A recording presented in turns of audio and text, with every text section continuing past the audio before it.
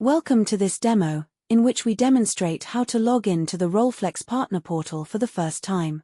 The first step is to go to portal.rolflex.com in your browser. If you are here for the first time, you need to create an account. Click on the link on the bottom of your screen, Create an account. In the next screen, enter your email address. Make sure to use an email address that you use for communicating with Rolflex. Create your own password.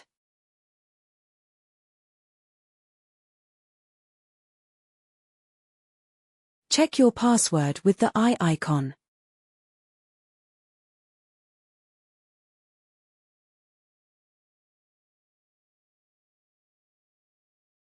You will receive an email with a confirmation link. Click on the link and you will go back to the portal. You will now be able to log in with the email and password you have just entered.